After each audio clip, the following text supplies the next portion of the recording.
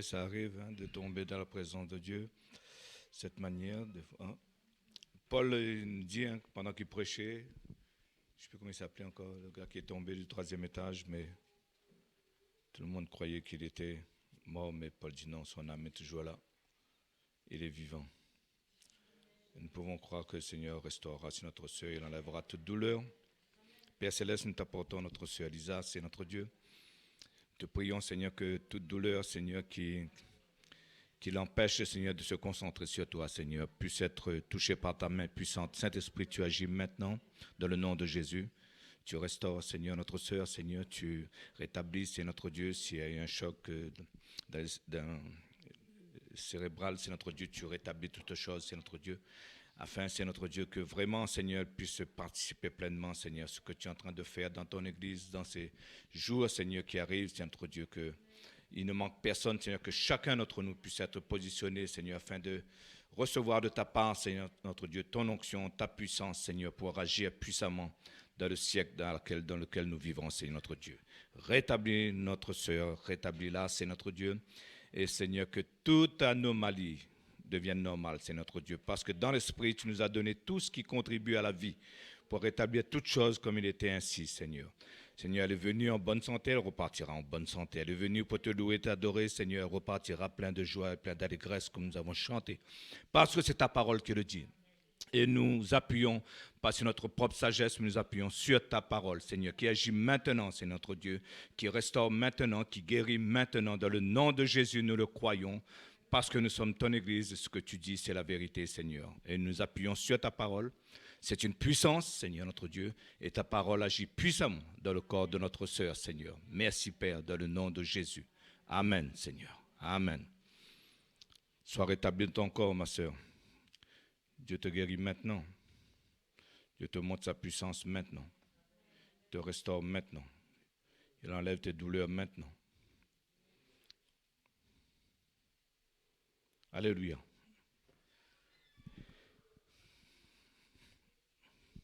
Comment commencer?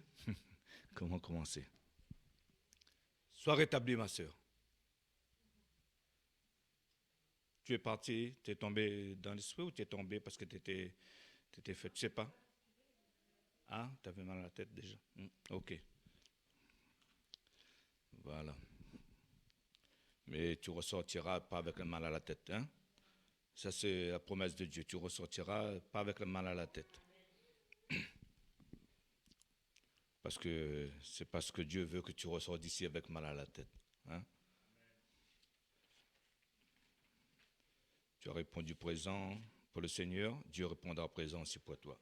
Parce que Dieu est juste et bon, il faut que nous connaissions notre Dieu.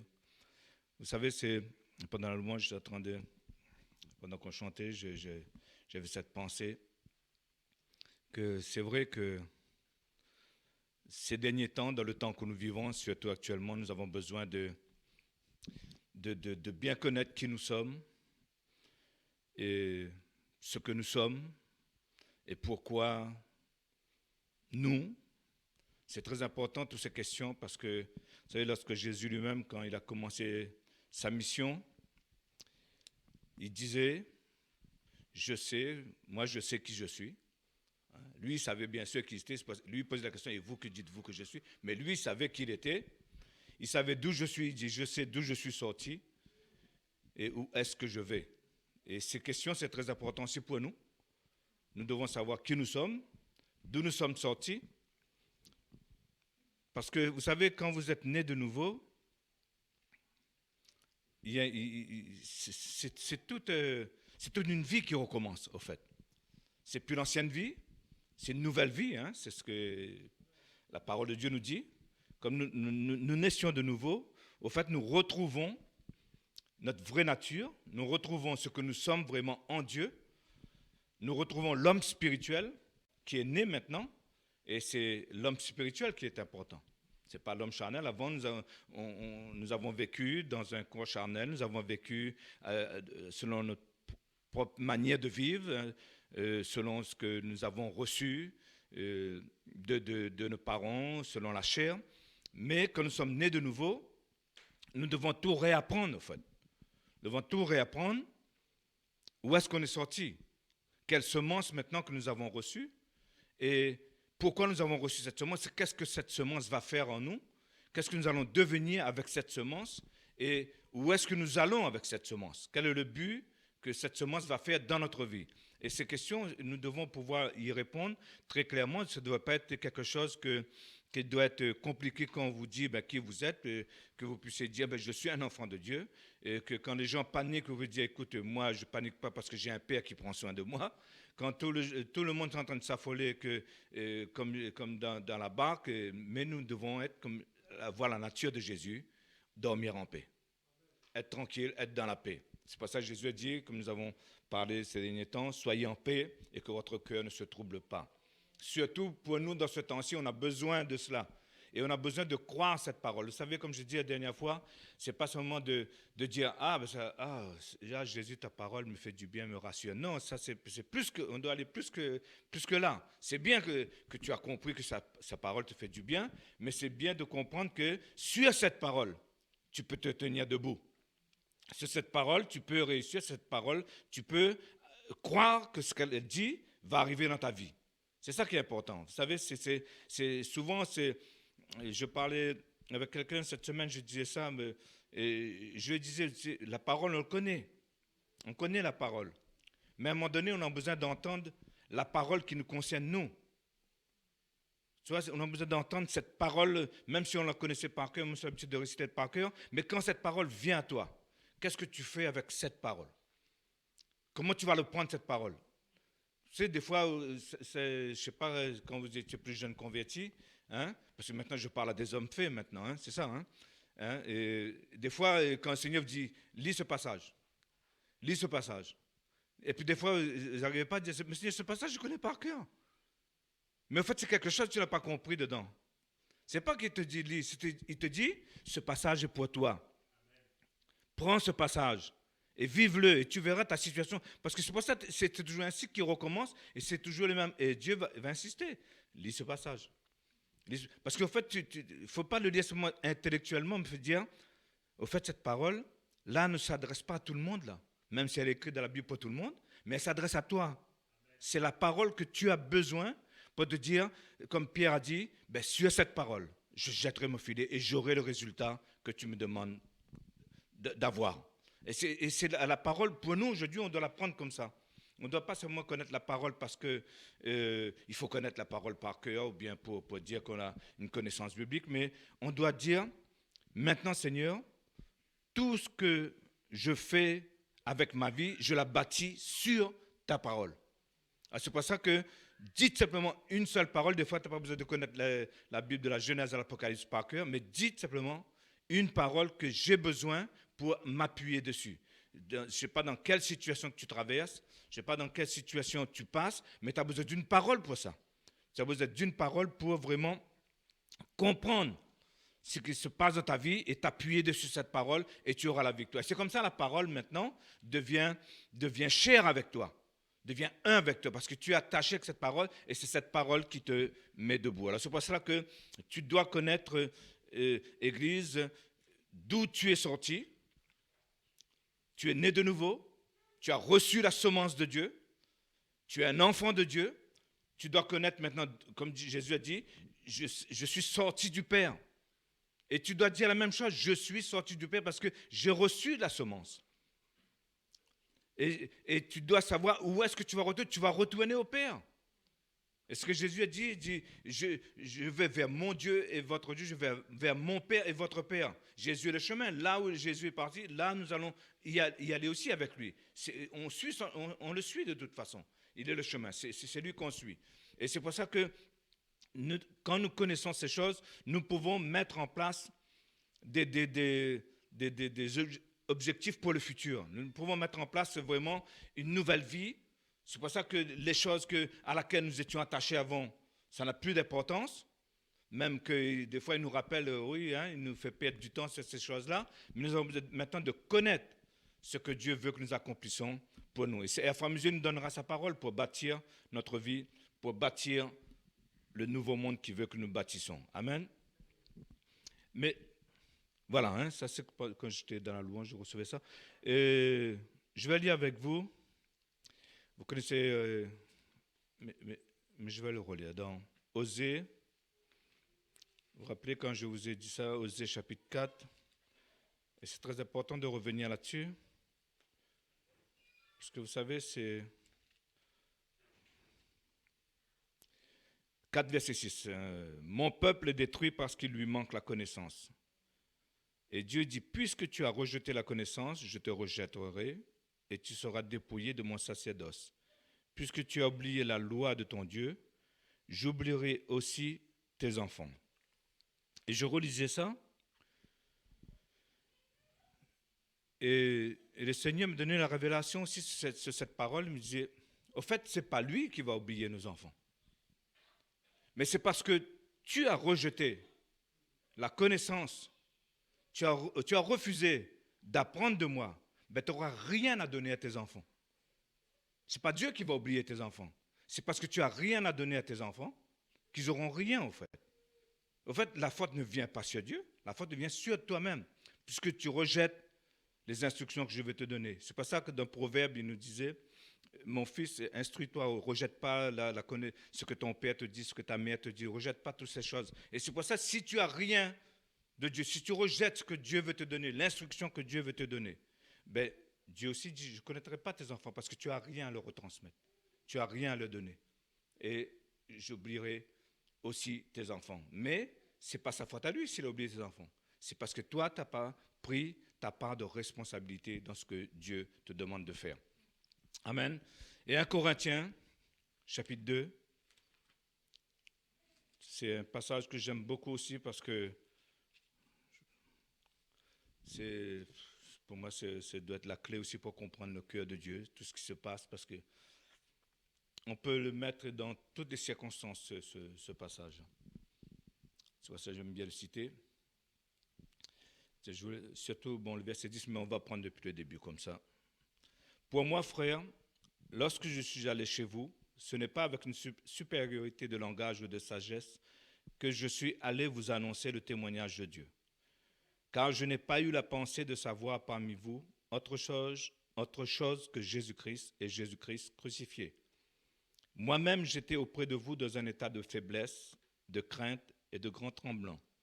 Et ma parole et ma prédication ne reposaient pas sur le discours persuasif de la sagesse, mais sur une démonstration d'esprit et de puissance, afin que votre foi soit fondée non sur la sagesse des hommes, mais sur la puissance de Dieu. Cependant, c'est une sagesse que nous prêchons parmi les parfaits. C'est les parfaits ici, ça peut dire aussi les hommes mûrs, les hommes qui arrivaient à la maturité, avec qui on peut parler, Dans ce sens aussi, c'est écrit. Le mot peut dire aussi les hommes mûrs. C'est une sagesse que nous prêchons parmi les parfaits, sagesse qui n'est pas de ce siècle, ni de chefs de ce siècle, qui vont être réduits à l'impuissance. Nous prêchons la sagesse de Dieu, mystérieuse et cachée, que Dieu, avant les siècles, avait prédestinée pour notre gloire. Sagesse qu'aucun chef de ce siècle n'a connue, car s'il l'avait connue, il n'aurait pas crucifié le Seigneur de gloire. Mais comme il est écrit, ce sont des choses que l'œil n'a point vues, que l'oreille n'a point entendues, et qui ne sont point montées au cœur de l'homme, des choses que Dieu a préparées pour ceux qui l'aiment. Dieu nous les a révélées par l'Esprit, car l'Esprit sonde tout, même les profondeurs de Dieu. Nous avons besoin de sagesse. Vous savez, dans ces derniers temps, surtout ce que nous avons besoin, c'est de la sagesse. Dites avec moi, sagesse. Bien sûr, la sagesse de Dieu, parce qu'il y a la sagesse de ce monde.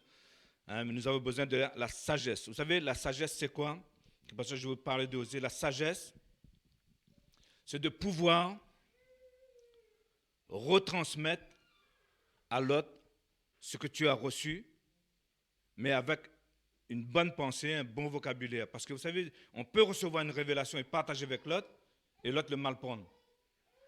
Parce que si nous n'avons pas la sagesse pour trouver le bon vocabulaire, le bon mot, pour montrer à l'autre la révélation que nous avons eue, ça peut mal passer. C'est pour ça que nous avons besoin de la sagesse de Dieu, pour quand Dieu nous donne une révélation dans sa parole, nous puissions avoir aussi la sagesse de pouvoir retransmettre cette révélation que Dieu nous a donnée.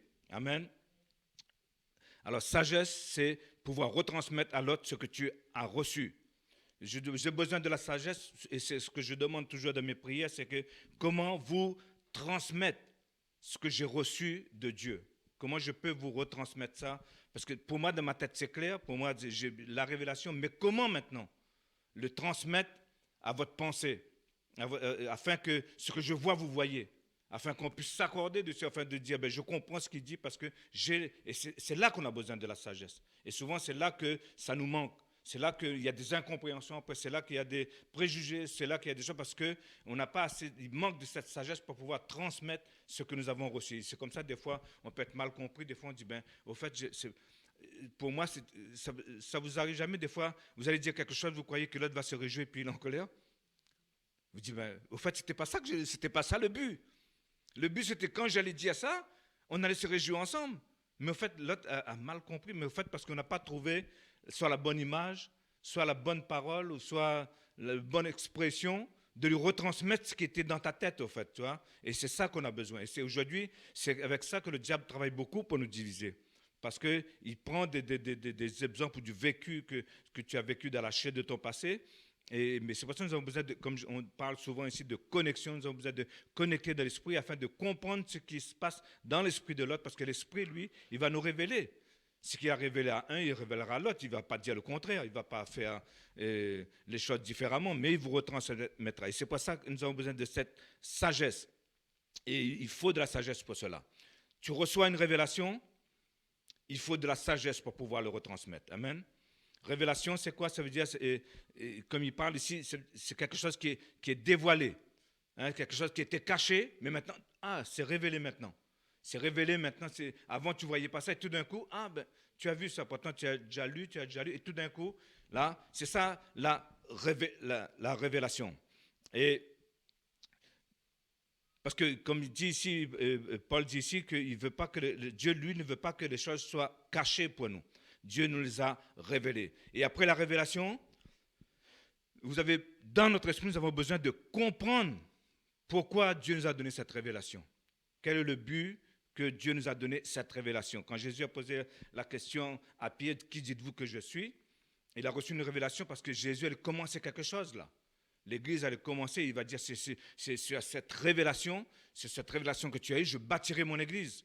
Et c'est pour ça que quand vous recevez une révélation, pourquoi? Est-ce que c'est le moment de partager cette révélation ou pas? Parce que Dieu, des fois, Dieu veut que la révélation qu'il te donne, ça mûrit en toi, ça prend vie en toi, ça grandit en toi, jusqu'à ce que tu as pu bien dessiner le modèle de cette révélation et que tu puisses après expliquer le dessin à l'autre. C'est pour ça qu'il y a des révélations, des fois, il vaut mieux le garder pour l'instant et de dire quand Dieu te demandera de le dire, afin que vraiment que tu es prêt, tu as les images, tu as le vocabulaire, tu as le mot qu'il faut pour donner cette révélation que tu as reçue.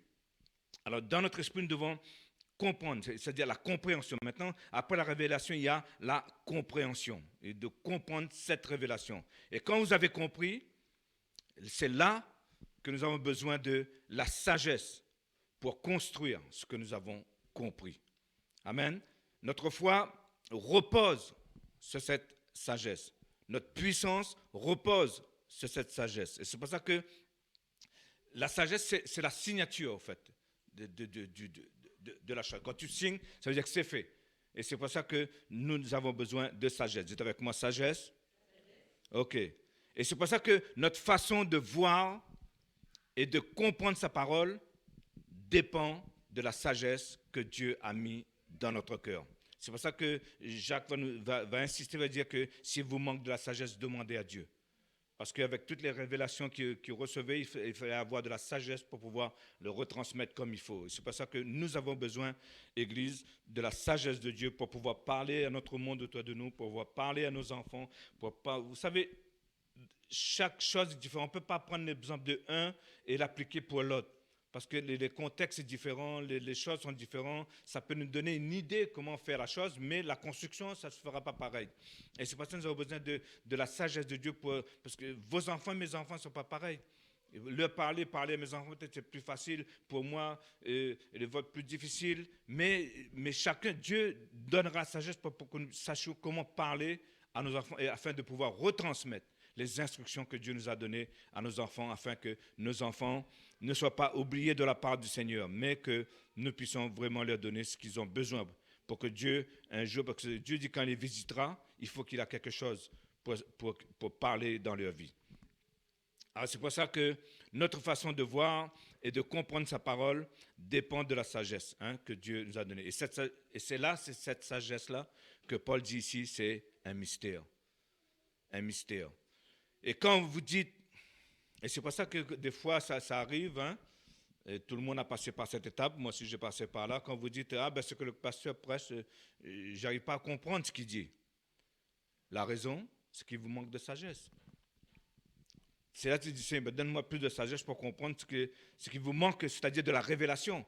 Vous avez besoin de connaître la révélation. Vous avez besoin, comme Pierre, de recevoir la révélation du Père, comme Jésus a dit.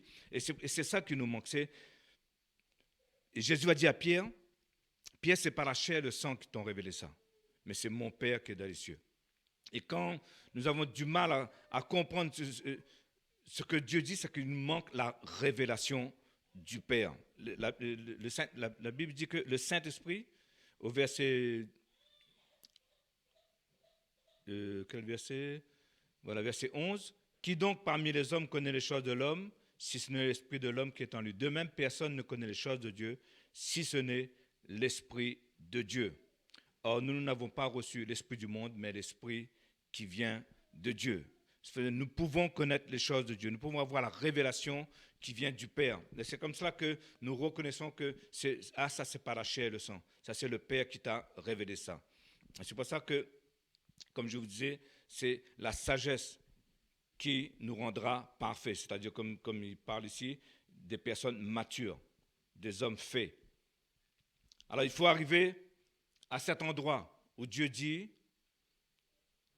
mais comme il est écrit, ce sont des choses que l'œil n'a point vues, que l'oreille n'a point entendues et qui ne sont point montées au cœur de l'homme. C'est à cet endroit, Église, que nous devons arriver. Nous devons arriver à un endroit où ce que nos yeux n'ont pas encore vu, ce que nos oreilles n'ont pas entendu, on peut le voir et on peut entendre. Parce que Dieu le veut, lui. Parce que Dieu ne veut pas de mystère pour ses enfants. Le mystère caché, et c'est pour ça que c'est cette sagesse-là qui va nous révéler cela. Et c'est pour ça que nous devons arriver à là. Oui, dites avec moi, mes yeux veulent voir, Seigneur. Mes oreilles veulent entendre. Et c'est quand nous pouvons, quand nous arrivons là, c'est là que Dieu nous dit, mais à nous, il nous le révèle. À nous, il nous le révèle. Il nous révèle. Comme il a fait pour Pierre. Jésus pose une question, mais Jésus attendait une réponse. Il dit, bon, ok, tout le monde dit ça, Jean-Baptiste, Élie, ok, tout ça, mais vous? Et c'est pour ça que, tôt ou tard, Dieu vous posera ce genre de questions. Et c'est ça la question, où es-tu? C'est ça la question, Dieu, où es-tu? Parce qu'avec tout ce que j'ai dit, tout ce que j'ai instruit, tu devrais être quelque part, normalement. Maintenant, j'arrive à cet endroit, tu n'y es pas. La question est, où es-tu? Parce que tu devrais être là.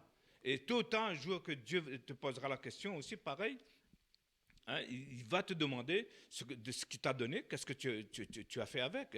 Et c'est pour ça que, comme il a fait à Pierre, par son esprit, il va nous donner aussi cette révélation. Parce que le Saint-Esprit sonde tout. Imaginez, est-ce que vous pouvez imaginer que les choses qui sont dans le cœur de Dieu peuvent nous être révélées? Dieu veut que les choses qui sont dans son cœur peuvent nous révéler. Nous pouvons connaître le cœur de Dieu. Nous pouvons comprendre Dieu. Et c'est pour ça que c'est très important, Église, que nous puissions avoir cet esprit de révélation, comme j'ai dit, à arriver à cet endroit où ce que l'œil n'a point vu, ce que l'oreille n'a point entendu, et de voir et d'entendre ce que Dieu dit pour nous. Amen. Et ça, c'est très important aussi. Ça aussi, ça fait partie de l'ordre de Melchisedec. Dieu veut que nous ayons l'esprit de révélation, il veut que nous ayons la compréhension et il veut que nous ayons la sagesse. Dites avec moi, révélation, compréhension, sagesse. Et ces trois choses, nous avons besoin, surtout dans ces temps que nous vivons, d'entendre ce que Dieu dit à l'Église ces derniers temps. Amen.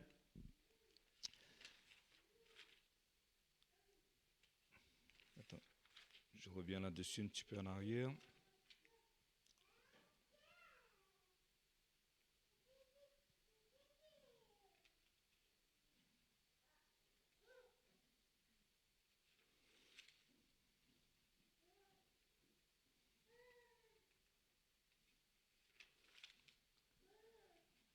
J'aurais dû mettre un marqueur.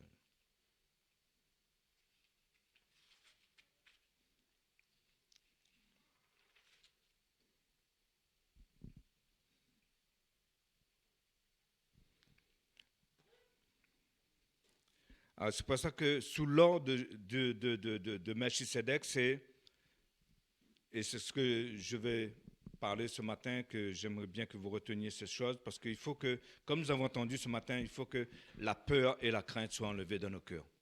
Et vous savez, tant que la peur et la crainte sont dans nos cœurs, nous n'allons pas avancer. Nous n'allons pas avancer. Il faut que vous sachiez pourquoi vous ne devrez plus avoir peur. Il faut que vous sachiez pourquoi parce que vous sachez que Dieu est votre Père. Et c'est très important. Vous savez, je dis ça souvent, quand j'ai entendu pour la première fois que Dieu est mon Père, quand j'ai compris, ça aussi c'est une révélation que Dieu est mon Père, mais beaucoup de peur, beaucoup de crainte a disparu dans ma vie. Parce que je sais que Dieu prend soin de moi. Parce que je sais que si Dieu a commencé quelque chose avec moi, il va le finir. Parce que je sais que Dieu a dit, je ne t'abandonnerai point, je ne te laisserai point. Parce que Dieu ne va pas manquer à sa parole. Et c'est pour cela que nous devons comprendre cela aussi. Amen. Nous devons comprendre que Dieu est notre provision. Dis avec moi, Dieu est ma provision. Dieu est ma protection. Et je suis dans son gouvernement. Amen. Ça doit être clair dans notre tête. Vous savez, il faut que toutes les choses que Dieu veut nous révéler, que nous allons découvrir dans les temps à venir, il faut que nous puissions le recevoir et que nous puissions et c'est dans cet ordre de Melchisédek que nous puissions vivre ces choses-là. Vous aurez une compréhension claire de ce que Dieu vous dit. Vous savez, quand Dieu dit à Abraham, donne-moi ton fils, Abraham n'a pas hésité, parce que c'était clair pour lui. C'était clair pour lui toutes ces choses. Il n'avait pas peur parce qu'il avait vu la résurrection de Jésus. Il avait vu que Dieu était capable de ressusciter les morts. Alors pour lui, quand Dieu lui demande son fils, il n'a pas peur d'offrir son fils parce qu'il sait que Dieu va ressusciter son fils. Il ne sait pas comment ça va se faire, il ne sait pas comment Dieu, mais il croit en Dieu. Il croit en Dieu que Dieu va ressusciter son fils. C'est pour ça que quand Dieu dit « ne crains pas, avance », ne crains pas, avance. Parce que si Dieu l'a dit, c'est pour ça que je dis que, comme j'ai dit tout à l'heure, vous avez besoin de saisir la parole que vous avez besoin d'entendre. Et si vous entendez cette parole, prenez cette parole et accomplissez-la et vivez cette parole. Simplement, ne l'entendez pas simplement, mais vivez la parole. Dieu a dit, mais sur ta parole, je le prends, cette parole, Seigneur. Et je m'appuie là-dessus, je vis avec cette parole. Et cette parole va être exécutée dans ma vie. Parce que tu n'es pas un homme pour mentir. Tu vas le faire. Amen. Alors, toutes ces choses, vous allez découvrir de plus en plus parce que le Saint-Esprit va vous révéler.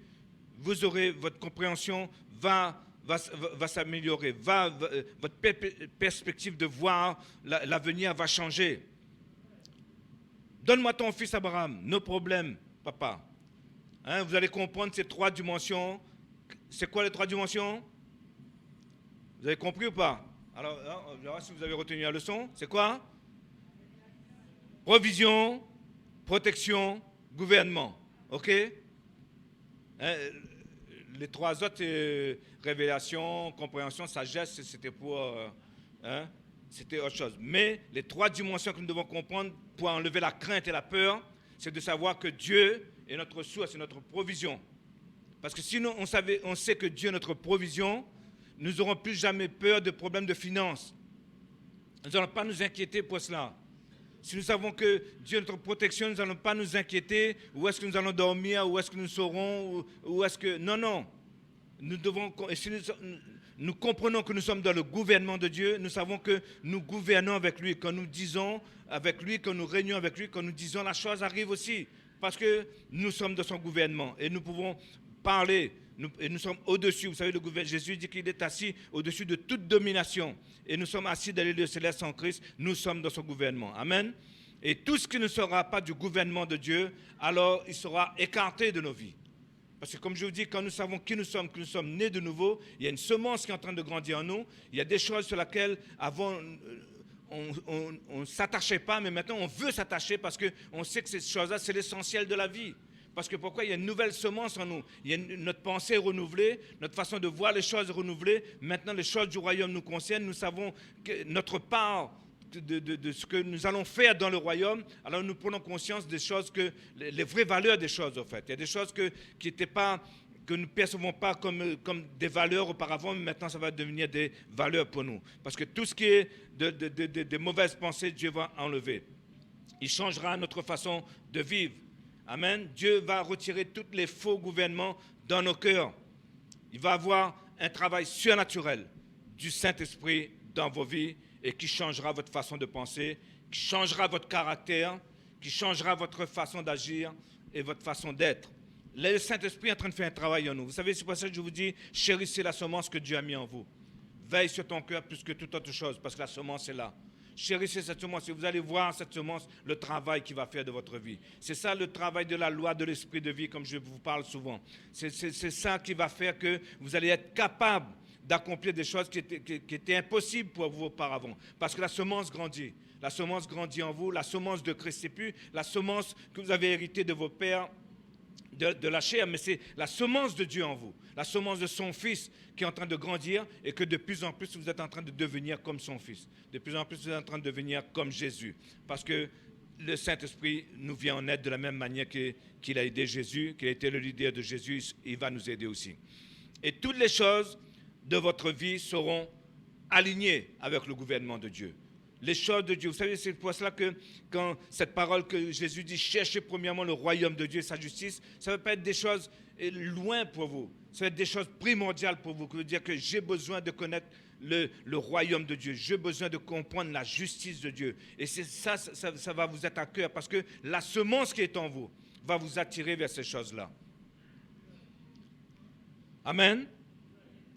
Alors c'est pour cela que c'est très important, Église. C'est pour cela que si vous rentrez dans l'ordre de Melchisédek, le vrai ministère apostolique va commencer à couler sur vous. Et je vous le dis, il n'y aura aucune chance que vous soyez inquiétés à propos de l'argent. Non, mais vous serez libre.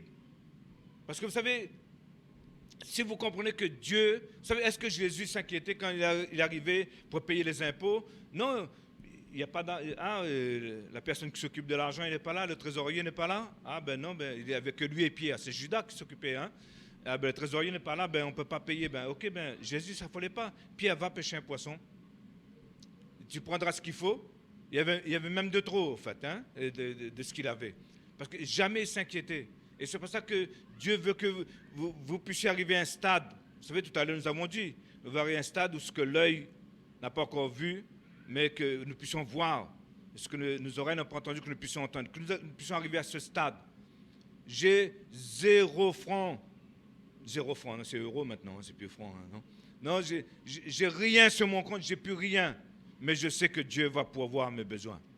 Je sais que je ne vais rien manquer parce que Dieu est mon fournisseur.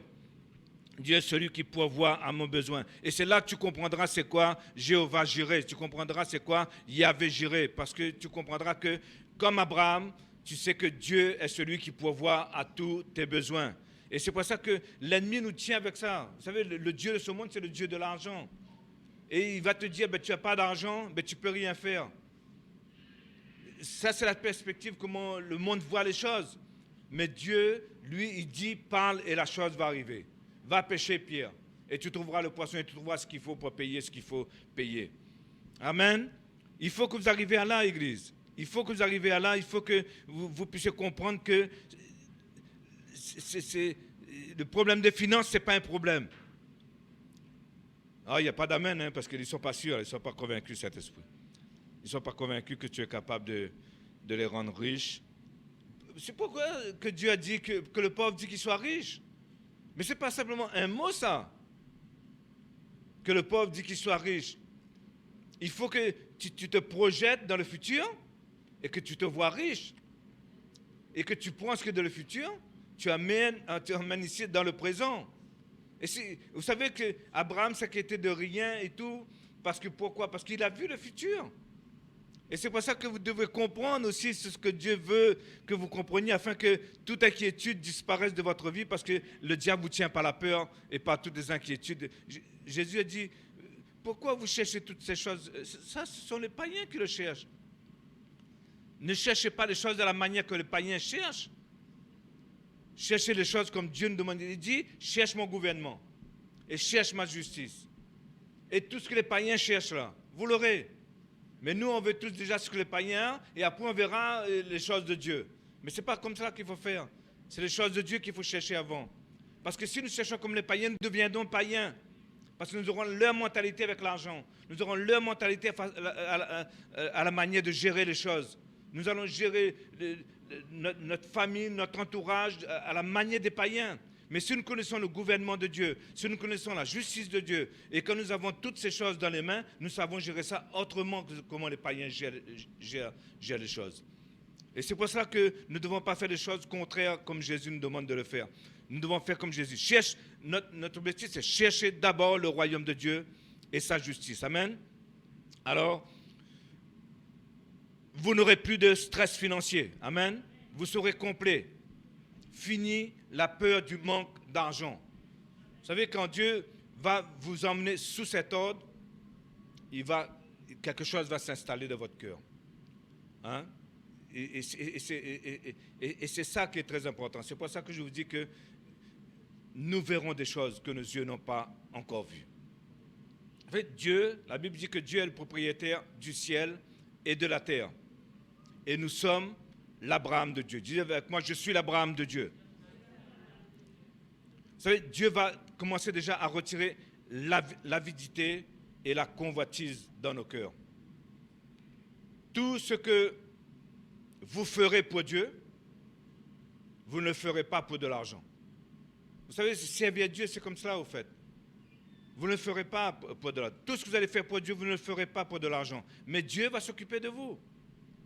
Dieu dit qu'il est le rémunérateur de ceux qui le cherchent. Et Dieu est un bon rémunérateur. Amen. Dieu se soucie de toi. Amen. Et il a déjà un plan pour toi.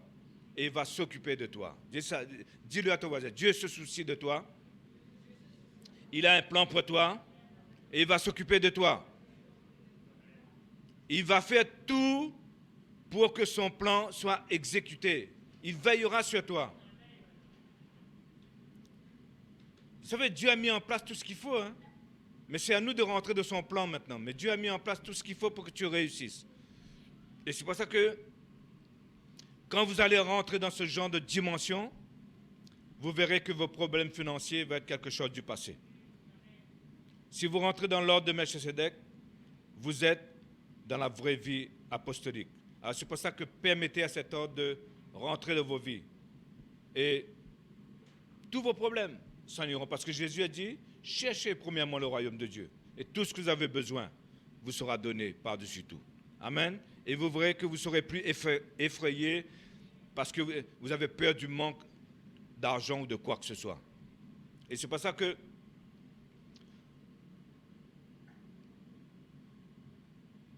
quand vous regardez la vie d'aujourd'hui, la vie dans ce monde, tout ce que nous disons, tout ce que nous faisons est par rapport à l'argent. Et c'est notre plus grande peur. Souvent, on veut faire quelque chose et ça nous bloque, on ne peut pas parce qu'on n'a pas d'argent. Ou bien si on fait quelque chose, on fait pour avoir de l'argent. Et c'est vrai que souvent la plupart des gens ont peur de se retrouver à sec. Et c'est pour ça qu'on construit, on bâtit beaucoup de choses autour de cela, autour de l'argent. Mais c'est pour ça que nous devons avoir une autre vision des choses. Nous devons voir les choses à la manière comment Dieu voit les choses. C'est pour ça que Abraham, c'est pas lorsque les rois sont venus le voir, il a dit non, prenez pour vous l'or et l'argent. Moi, je n'ai pas besoin de ça. J'ai celui qui peut avoir mes besoins qui est avec moi. Dieu, El Elyon, le Très-Haut est avec moi. Si j'ai Dieu, j'ai tout. Et c'est pour ça que nous avons Dieu, nous avons tout ce qu'il faut. Mais maintenant, il faut connaître comment Dieu fonctionne, il faut connaître comment le gouvernement de Dieu fonctionne pour avoir tout ce que les païens désirent, afin que nous puissions l'avoir, mais l'utiliser d'une autre manière, pas de la manière comment le monde utilise les richesses. Regardez aujourd'hui, tout ce que nous planifions est en rapport avec l'argent. Mais l'ordre de Melchisédek va nous délivrer de ça. C'est pour ça que vous voyez même dans les églises, la plupart des pasteurs aujourd'hui focalisent leur sermon sur la dîme. Parce qu'ils ont peur. Ils ont peur de demain. Ben, écoute, il faut de temps en temps, on rappelle à l'église la dîme parce qu'ils vivent de la dîme. Ils ont peur du manque. Et ils prêchent la dîme, ils prêchent la dîme, ils prêchent la dîme. Mais la dîme, ce n'est pas tout. Mais comme je vous dis, l'ordre de Melchisédek va nous délivrer de tout ça. Je vais parler de deux domaines, justement de ces trois domaines-là que je vous ai dit, provision, protection et gouvernement. Le premier domaine, c'est les finances. Le deuxième, c'est la protection. C'est le domaine aussi, il y a aussi le domaine de la tentation, le domaine de la santé, le domaine des gens qui nous sous-estiment. Et c'est toutes ces peurs qui nous empêchent d'honorer l'autorité. Toutes ces peurs font de sorte que nous sommes toujours sur la défensive.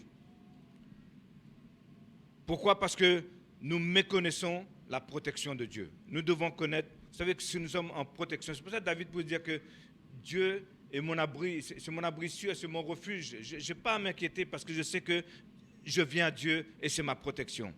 Et quand vous venez sous l'ordre de Melchisédek, ce que vous ressentez, c'est la sécurité. Personne ne peut prendre ce qui est à vous. Personne ne peut prendre ce qui est à vous. Vous savez ce que Dieu a dit? Vous avez remarqué dans le livre de la Genèse que Dieu parle souvent. Imaginez, il n'y avait pas qu'Abraham sur la terre, mais Dieu parlait qu'à une famille. Dieu parlait qu'à une famille. Regarde, à partir de Genèse 12 jusqu'à la fin, Dieu parle qu'à une famille. Il ne parle pas à tout le monde, il parle qu'à Abraham, après il va prendre Isaac, après il va prendre Jacob, après il va prendre Joseph. Et il parle toujours qu'à une famille. Oh là là, j'ai du mal à dire, qu'à une famille. Est-ce que quelqu'un peut trouver un petit peu d'eau? J'ai la bouche sec là, c'est pour ça aussi. Parce qu'en haut, il fait très chaud en haut. Quelqu'un peut trouver un petit peu d'eau, s'il vous plaît.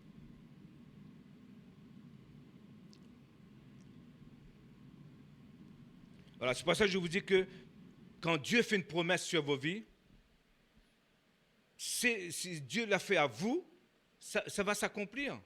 Personne ne peut prendre ça. Les gens peuvent faire ce qu'ils veulent. Ce qui est à vous, ce que Dieu a dit sur vous, personne ne peut prendre ça. C'est la promesse que Dieu a faite pour vous.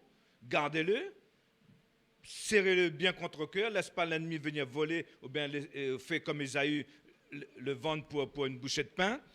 Non, mais gardez ce que Dieu vous a donné et vous verrez ce que Dieu a dit sur vous, il va l'accomplir. Personne ne peut se lever aussi contre vous. Toute arme forgée contre vous, Dieu dit, sera brisée. Parce que tout qui se lèvera contre vous ne pourra prospérer. Amen. Alors c'est pour ça que vous devrez connaître comment fonctionne l'ordre de Melchisédek. N'ayez plus peur des gens. Arrêtez de vous justifier. C'est Dieu qui le fera pour vous. Sous l'ordre de Melchisédek, vous allez aussi pouvoir exercer l'autorité partout. Et c'est pour ça que nous avons besoin de commencer à mettre la discipline dans la maison. Paul le dira, c'est pour ça que c'est dans ta maison, ça commence pour pouvoir exercer aussi le ministère dans la maison de Dieu. Et c'est très important de mettre de l'ordre déjà dans nos vies pour pouvoir mettre de l'ordre dans la vie des autres. Et c'est pour ça que l'ordre de Melchisédek est personnel aussi à chaque vie. Chacun d'entre nous doit se remettre en question et de laisser Dieu nous parler, de nous reprendre et de faire ce qu'il nous demande, de mettre de l'ordre d'abord chez nous. Parce que nous ne pouvons pas, si dans notre maison nous permettons des choses, nous ne pouvons pas aller voir notre famille et lui dire c'est comme ça qu'il faut faire. Si toi-même tu ne mets pas de l'ordre dans ta maison, tu ne peux pas aller voir quelqu'un et dire voilà comment Dieu m'a dit de faire. Non, non, il va commencer déjà à dire, voilà comment toi tu dois faire. Et après, tu pourras, par ton expérience, dire, écoute, voilà ce que Dieu m'a dit quand il y avait du désordre dans ma maison, voilà comment il m'a pris, et voilà comment ça s'est passé. Et maintenant, tu peux le dire aux autres. Merci. Ah, ça fait longtemps, hein, parce que le chauffage, ça sèche la gorge en haut. Hein.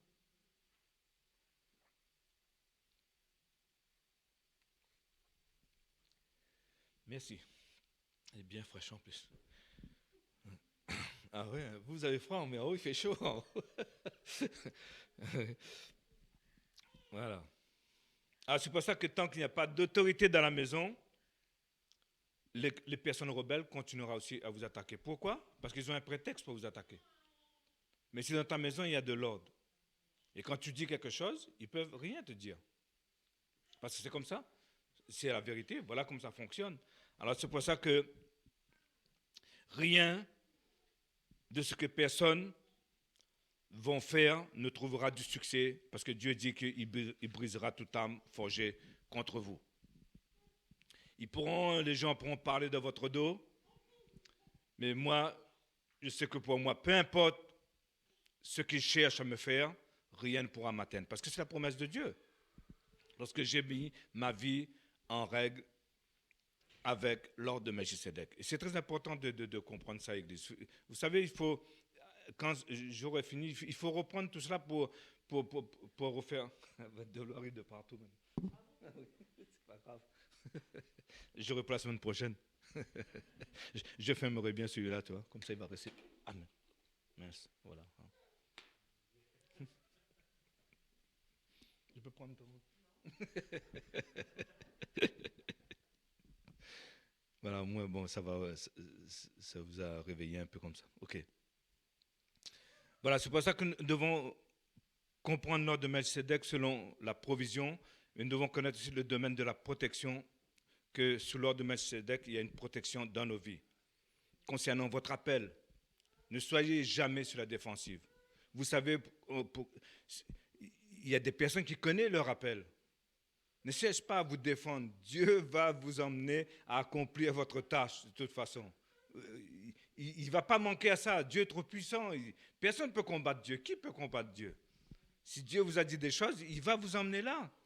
Simplement, soyez patient, apprenez des choses. Vous savez, la patience, c'est quand on dit qu'il faut être patient, parce que c'est long, au fait. Hein? Et c'est vrai, tu ne peux pas dire que tu es patient en 2 jours, au fait, tu vois. Si tu as dit, à lui, les patients, c'est qu'on peut dire que quelqu'un est patient, c'est parce que, hein, vraiment, hein, pendant tout ce temps, il n'a rien dit, on peut dire vraiment qu'il est patient. Mais Dieu ne vous a pas oublié.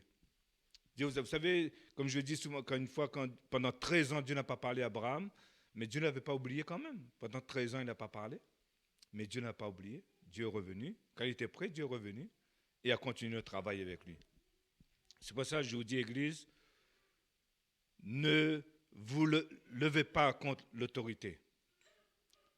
Ne commencez pas, vous savez, même par exemple ici dans l'église, comme je dis souvent, c'est des choses que vous ne comprenez pas, venez me voir, on parle et tout, mais ne menez pas un combat contre moi. Vous savez, je fais ce que Dieu me demande de faire. Hein.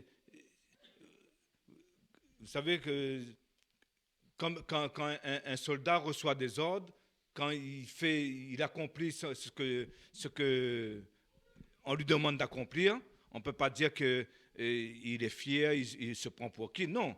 Et pareil, moi, j'accomplis ce que Dieu me demande de faire. Alors, c'est pour cela que je ne dis pas que je suis plus que vous, je suis au-dessus de vous. Je fais ma part de ce que Dieu me demande de faire. Et je suis responsable de ce que je dois faire. Et si je ne fais pas ce que Dieu me demande de faire, là, j'ai des comptes à rendre à Dieu, au fait.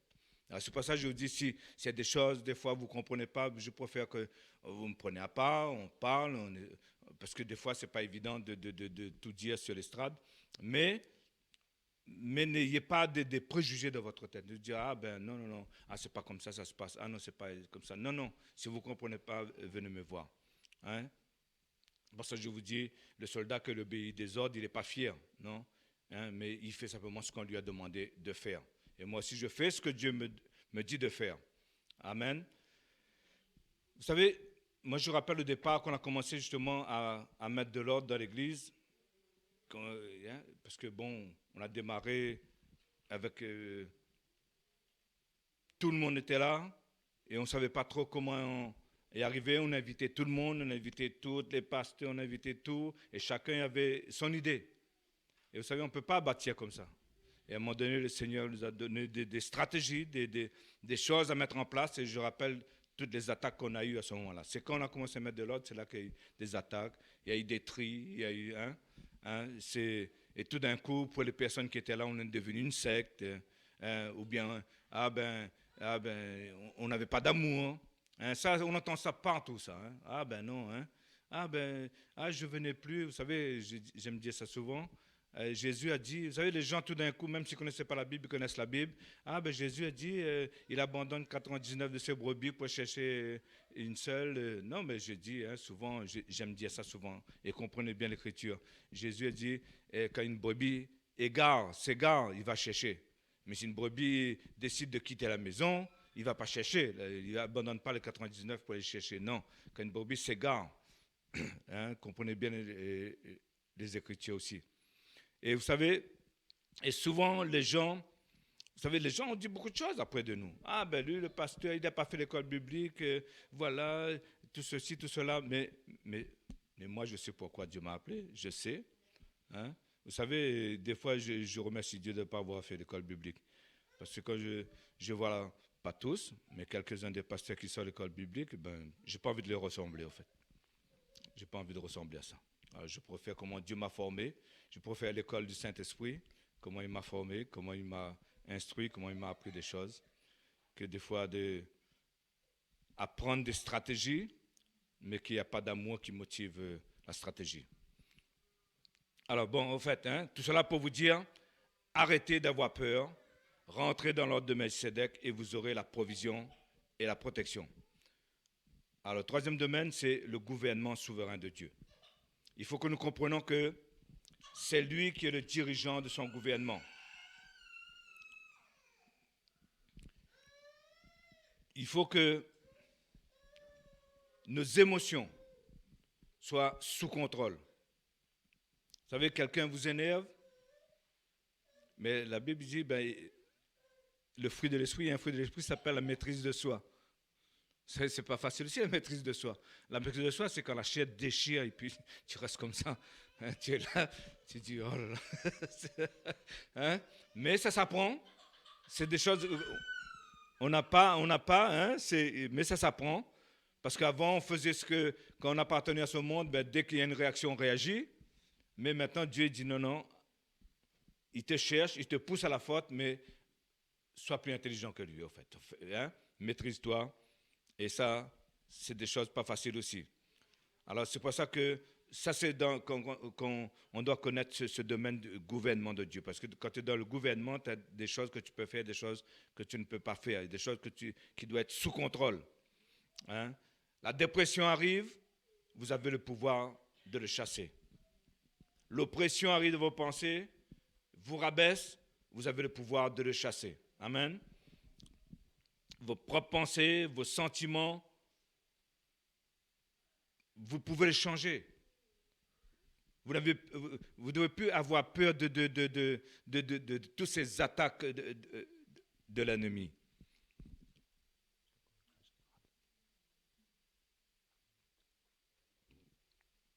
Par contre, il y a un petit mouchoir, je vais ramasser un petit peu d'eau. Parce qu'il y a de l'eau là.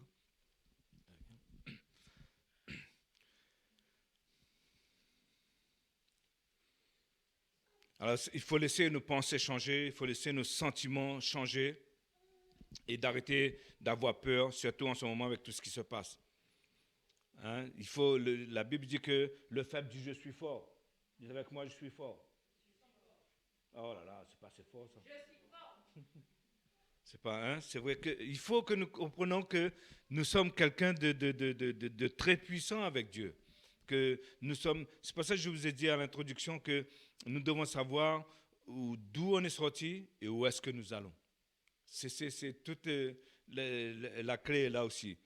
On est sorti de Dieu, nous allons retourner à Dieu. Et ce que Dieu a, nous l'avons. Ce que Dieu porte, nous le portons. Parce que la Bible dit que tout ce qui contribue à la vie, Dieu a mis cela en nous. Tout ce qui contribue à la vie. est en nous. Nous avons entendu ce matin aussi que l'esprit de résurrection vit en nous. Alors même la mort ne veut même pas nous faire peur. Amen. Alléluia. Parce que, pourquoi nous sommes forts? Parce que nous marchons aussi devant la face de l'Éternel. Il est ma force, il est ma richesse, il est mon abri. Vous savez, vous trouvez ça dans les psaumes partout. Et c'est pour ça que, et c'est comme ça qu'il y aura la paix dans notre cœur. Quand nous savons que Dieu est la source de toutes mes provisions, quand nous savons que Dieu est mon abri, quand nous savons que je suis dans le gouvernement de Dieu, ça enlève beaucoup de crainte dans notre vie. Et c'est comme ça que nous devons vivre. Église, j'aimerais que vous puissiez comprendre cela, que nous puissions nous positionner d'une manière que rien ne peut nous arriver, rien ne peut nous atteindre tant que nous sommes dans sa maison, dans son tabernacle, dans sa main. Rien ne peut nous atteindre. Rien. Vous savez, même si, comme je vous dis, même si une attaque arrive, comme nous avons chanté, comme j'ai dit la dernière fois, les flèches, vous verrez les flèches venir sur vous, mais il tombera devant vous à vos pieds, mais il ne vous atteindra pas. Parce que Dieu est notre bouclier. Il arrêtera les flèches. Il faut que nous vivons de cette perspective que nous sommes forts et que nous allons réussir, que nous avons du succès. Il faut que Jésus ne paniquait pas. Il faut que nous voyions avec les yeux de Jésus. Il vit en nous. Il veut nous montrer tout cela. Il veut de la même manière qu'il était. Vous savez, ce n'était pas facile du temps de Jésus aussi. Hein. Ne croyez pas que le temps de Jésus était facile par rapport à nous. Hein. C'était pas facile. Les gens étaient encore beaucoup plus cruels à l'époque. Et Jésus n'avait peur de rien. Il accomplissait sa tâche. La Bible dit que tant que nous sommes en train de faire les choses de Dieu, rien ne peut nous atteindre. Tant que Jésus est en train d'accomplir sa mission, la Bible dit qu'il passait à travers les gens. Les gens voulaient l'arrêter, les gens voulaient le tuer, mais tant que son heure n'était pas arrivée, rien ne pouvait les arrêter, rien ne pouvait les tuer. C'est pour ça que nous devons comprendre que Dieu nous a choisis pour une tâche, pour une mission. Et tant que nous sommes dans cette mission, dans cette tâche, rien ne peut nous atteindre. Rien, même pas la pauvreté, même pas... tout ce qui peut vous passer par la tête de vous faire paniquer, dire comment je vais faire. Non, vous ne devez même plus poser ce genre de questions. Comment je vais faire? Comment je vais m'en sortir? Non, parce que Dieu s'occupe de nous. Nous avons un Père qui est dans le ciel. Nous avons un Père qui s'occupe de nous. Amen. Et c'est très important. Soyez en paix, soyez tranquille. Alors dites avec moi, je suis en paix, je suis tranquille. Vous êtes en paix parce que vous êtes dans le gouvernement. Et vous savez que Dieu te contrôle. C'est ça qui est important.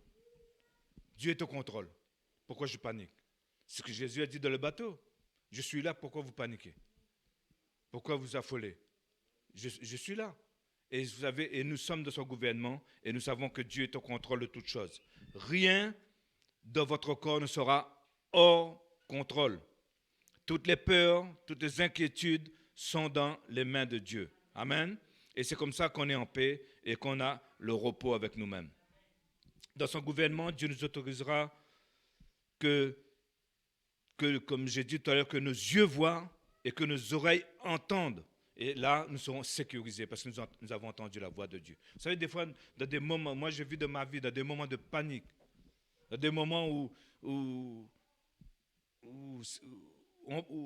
on doit s'affoler normalement, on doit paniquer. Et là, Dieu dit, reste en paix, fais rien. Et quand nous entendons sa parole, nous sommes en sécurité, nous sommes tranquilles. Et c'est comme ça que Dieu veut que nous soyons, parce que Dieu est au contrôle de toutes choses. Quand vous allez parler aux gens, vous allez le comprendre rapidement. Vous savez, parce que les gens... Pourquoi? Parce que...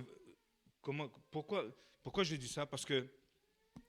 Et j'ai compris... Vous savez, la dernière fois, je parlais que Dieu nous montrera comment on verra les desseins du diable arriver avant, afin de pouvoir combattre son dessein. Nous ne devons pas ignorer le dessein du diable. Et Dieu va nous montrer cela. Pourquoi? Pourquoi le diable veut que votre esprit soit toujours occupé? Pourquoi le diable veut toujours que vous soyez dans l'inquiétude? Pourquoi le diable veut toujours que vous êtes en train de préoccuper des choses de terrestres, de préoccuper de toutes ces choses? Parce que quand les gens auront besoin de vous, vous êtes incapable de les aider. Parce que votre esprit est trop occupé. Votre esprit est pris avec vous-même. Et vous ne pouvez pas leur parler. Vous pouvez pas. Et c'est pour ça que Dieu veut que nous soyons libérés de toutes ces choses, en sachant que nous avons un Père céleste qui prend soin de nous. Et que les inquiétudes qu'ils ont, on n'en a pas. Nous, on ne l'a pas, oui. On ne l'a pas. Et c'est pour ça que, et quand nous sommes comme ça, nous sommes en paix. Et quand nous sommes comme ça, nous pouvons parler aux gens. Vous avez remarqué des fois, il y a une situation de désordre et tout, là, vous êtes dans notre travail, ça arrive souvent, ça. Et vous, vous arrivez net dans cette affaire, vous pouvez parler. Vous pouvez dire, non, ne fais pas comme ça, non, ne t'énerve pas. Non, pas. Mais quand c'est toi qui es dans cette situation-là, la même personne vient, ben, des fois, je me suis arrivé dans ces situations-là, je me dis, au fait, l'autre fois, c'était moi qui étais en train de conseiller, mais là, maintenant, c'est lui qui a fait. Et nous, parce que c'est nous qui sommes dans la situation de panique maintenant. Et c'est pour ça que Dieu ne veut pas que nous soyons toujours dans la situation de panique. Et nous devons savoir que Dieu est au contrôle, qui s'occupe de nos affaires, parce que nous aussi, nous avons des personnes à s'occuper. Et Dieu veut qu'à chaque fois qu'il envoie une personne, ben que nous-mêmes, il n'est pas en train de s'occuper de nous.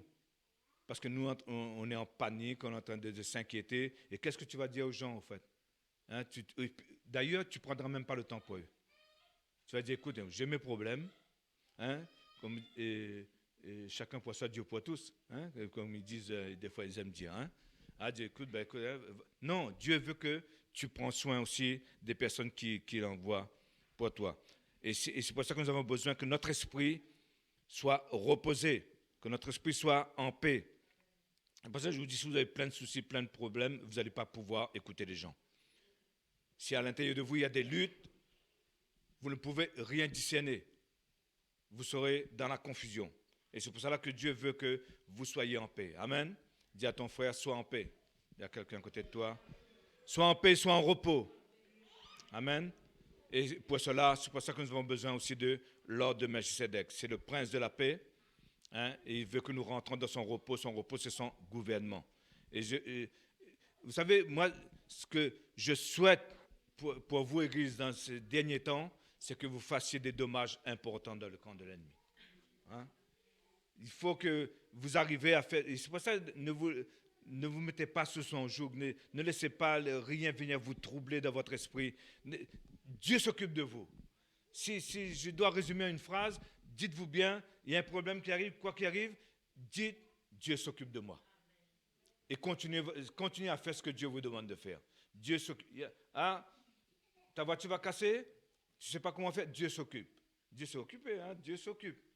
Hein, on ne panique pas, on laisse Dieu s'occupe de nous.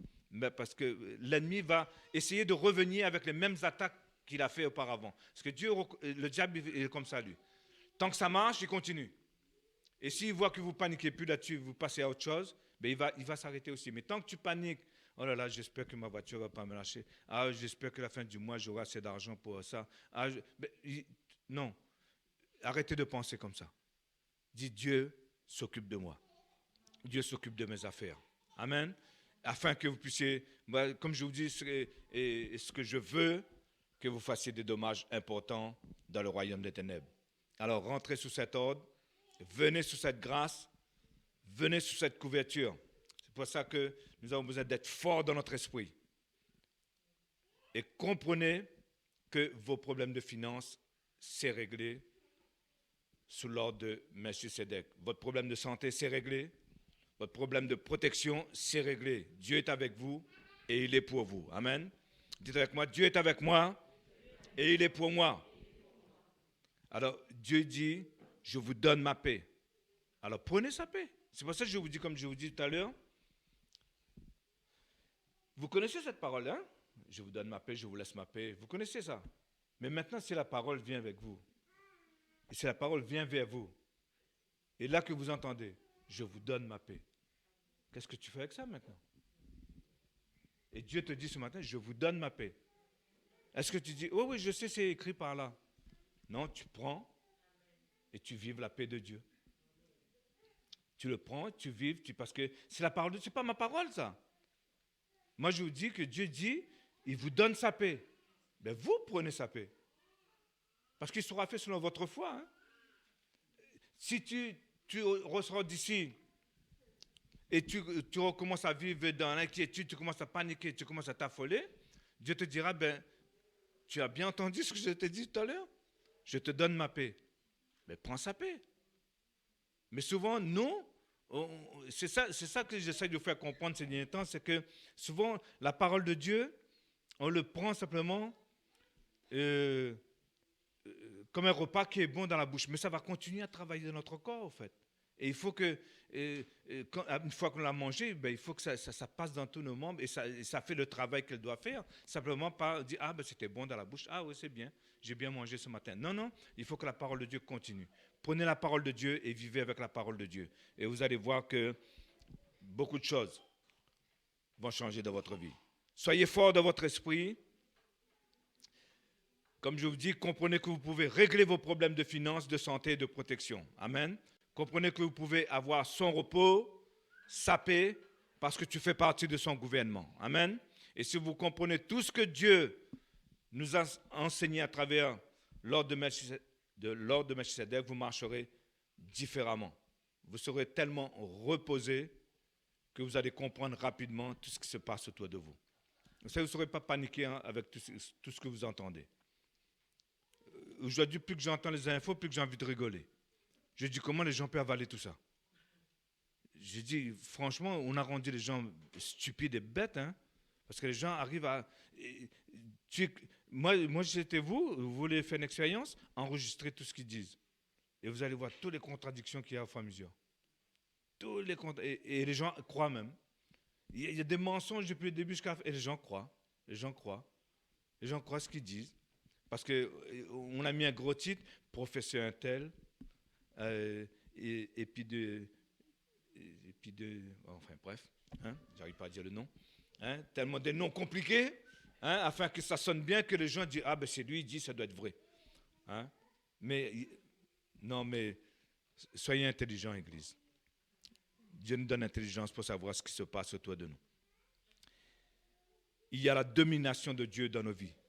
Quand Dieu nous dit « domine au milieu de tes ennemis », c'est parce qu'il y a la domination dans vos vies. Vous ne serez pas sous pression pour faire quelque chose. Alors, vous avez vu que le temps a raccourci, ne perdez plus de temps. Amen. Et maintenant, vous savez, hein, qu'on est invité, il faut faire vite maintenant. Hein. Il faut faire vite. L'heure de couvre-feu, on rentre maintenant. Hein. Alors maintenant, perdez plus de temps. Justement, le temps qu'on est ensemble, appréciez-le maintenant. Hein, parce que le temps est court. Hein, ça passe tellement vite. Hein. Voilà. Ok, on va se lever. Sachez que vous saurez toujours, vous allez arriver au bon moment. Vous allez atteindre votre cible. Vous allez vous sentir très bien à propos de ce que vous faites. Parce que Dieu veut enlever tous les impacts négatifs dans vos vies. Amen. Vous savez, nous ne pouvons pas mener toutes les batailles. Mais il y a des batailles que nous devons mener. Alors choisis la bataille que tu dois mener à présent et gagne cette bataille. C'est une parole prophétique que je vous dis là. Je ne sais pas quelle bataille que vous menez actuellement. Peut-être qu'il y a plusieurs batailles, mais le Seigneur te dit, mène pas toutes les batailles à la fois, mais choisis une bataille et mène-le à bien et tu gagneras cette bataille. Et après, tu combattras les autres batailles. Mais prends une bataille à la fois. Peut-être qu'il y a plusieurs choses qui t'attaquent, mais prends une à la fois. Tu dis, je vais me concentrer là-dessus et je vais gagner là-dessus. Parce que Dieu te donne la victoire là-dessus. Amen. Père Céleste, je veux te prier pour ton Église ce matin, afin que tu nous donnes cet esprit de révélation, cet esprit de compréhension et ton esprit de sagesse, Seigneur notre Dieu. Je veux aussi, Seigneur notre Dieu, que ton Église, Seigneur, puisse se sentir en sécurité, Seigneur, au sujet des finances, de protection, et savoir qu'elle fait partie de ton gouvernement et que tu es au contrôle de toutes choses, afin que toute peur, toute inquiétude, toutes les armes que l'ennemi veut utiliser, c'est notre Dieu, pour garder ton Église dans la captivité, Seigneur, notre Dieu, puisse être brisée, Seigneur, dans le nom de Jésus. Que ton Église, Seigneur, puisse être sage, intelligent, et comprendre ce que l'ennemi essaye de construire, de bâtir pour les emprisonner, c'est notre Dieu. Mais Seigneur, tu nous as donné la sagesse, l'intelligence, la puissance, et nous voulons renverser tous les murs que l'ennemi a montés autour de nous, c'est notre Dieu. Parce que Seigneur, tu nous as créés libres, Et Seigneur notre Dieu, nous voulons être ce peuple libre, Seigneur notre Dieu. Ne pas être pris, Seigneur, par le système de ce monde, Seigneur notre Dieu. Et comme tu as dit dans ta parole, Seigneur, nous ne voulons pas aller chercher l'Égypte, chercher les puissances de ce monde sur lesquelles nous appuyer, Seigneur. Tu as dit c'est un roseau cassé, c'est le système de ce monde, c'est notre Dieu. Nous ne voulons pas que nos mains soient transpercées à travers ce roseau, c'est notre Dieu. Mais notre appui, notre protection, c'est toi. C'est notre Dieu. Et tu as déjà planifié tout ce qu'il faut pour notre vie. Nous sommes nés de nouveau. Il y a une nouvelle vie que tu as tracée pour nous, c'est notre Dieu. Il y a un nouveau chemin, Seigneur, dans lequel tu veux que nous marchions, Seigneur notre Dieu, et nous voulons atteindre notre but, atteindre notre objectif, atteindre notre cible. Bénis ton Église, Seigneur. Donne-la, Seigneur.